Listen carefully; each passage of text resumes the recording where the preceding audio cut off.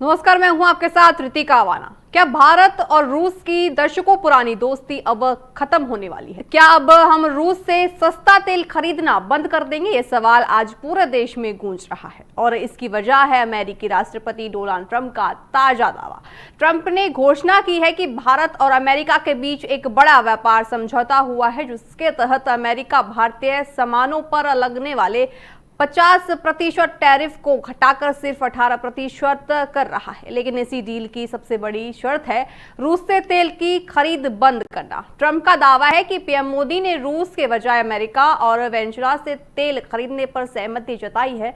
इस खबर के बाद से भारतीय विपक्ष भड़का हुआ है। कांग्रेस समेत तमाम विपक्षी दल पूछ रहे हैं कि क्या ट्रंप के दबाव में आकर मोदी विदेश नीति खत्म कर रहे हैं? क्या भारत ने सस्ती रूसी तेल के बदले अमेरिका बाजार को चुना है? देखिए इस महाविवाद पर हमारी ये स्पेशल रिपोर्ट। क्या भारत रशिया से तेल लेना बंद कर देगा? क्या भारत और रूस के रिश्तों में अब दूरी बनने वाली है?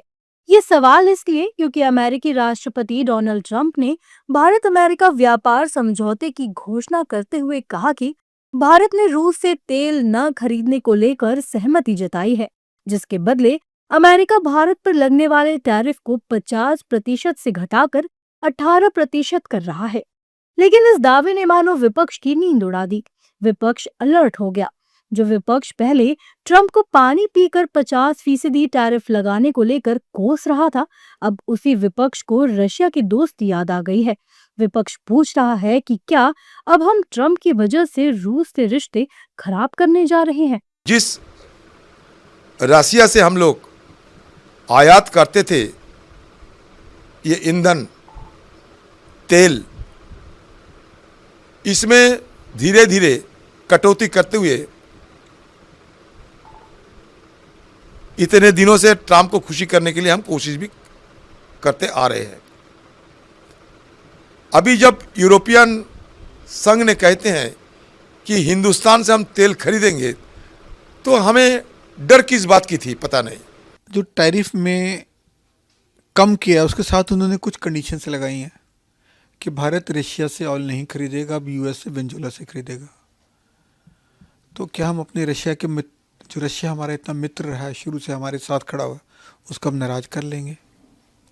ये बात स्पष्ट नहीं है। कितना ऑयल खरीदा जाएगा और क्यों खरीदा जाएगा? रशिया से बिल्कुल ख़त्म कर दिया जाएगा, इसके मुताबिक तो बिल्कुल ख़त्म किया जा रहा है। तीसरा, उन्होंने ये बोला है कि $500 बिलियन का भारत इंपोर्ट करेगा यूएसए से और ज़ीरो टैरिफ पर करेगा। ये भी अपने आप में एक विसंगति पैदा करता है कि जबकि भारत पे 18% टैरिफ है। ट्रंप साहब तो कहते थे जितना टैरिफ भारत लगाएगा उतना ही हम लगाएंगे। यहाँ तो उल्टा हो गया, भारत जीरो लगाएगा, वो फिर भी 18% या जो भी लगाएंगे। जबकि बीजेपी दावा कर रही है कि ट्रंप का टैरिफ कम करना भारत की जीत है, क्योंकि अमेरिका देख रहा था कि कैसे भारत ने यूरोप के साथ बड़ी डील की है। कुल मिलाकर ये साफ है कि अब दुनिया भारत की तरफ झुक रही है। और आज जिस तरीके से यूएस ने उस टैरिफ को घटाया है, निश्चित तौर से ये अपने आप में भारत की कहीं ना कहीं दुनिया में जो एक आर्थिक शक्ति के रूप में है, उसको अमेरिका को रिकॉग्नाइज किया और अमेरिका ने पुनर्विचार करके ये फैसला किया।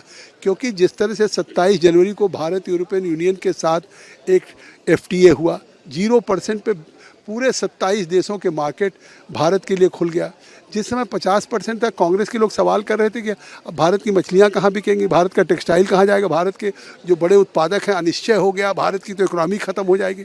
और आज आप देख रहे हैं कि एक नया इकोनॉमिक वर्ल्ड ऑर्डर बन रहा है, नई दुनिया की व्यवस्था। और पहले वो जो अमेरिका और रूस या चाइना कर रहा था, मुझे तो आज लग रहा है कि पूरे दुनिया की आज झुकाव भारत की तरफ हो रहा है। हालांकि ट्रंप के दावों के बीच एक बड़ी बात ये भी है कि भारत सरकार की ओर से अब तक सार्वजनिक रूप से ये पुष्टि नहीं की गई है कि अब भारत रूस से तेल खरीदना पूरी तरह बंद कर देगा। लेकिन विपक्ष टैरिफ कम होने की खुशी को जताने के बजाय केंद्र सरकार पर ही सवाल खड़े कर रहा है।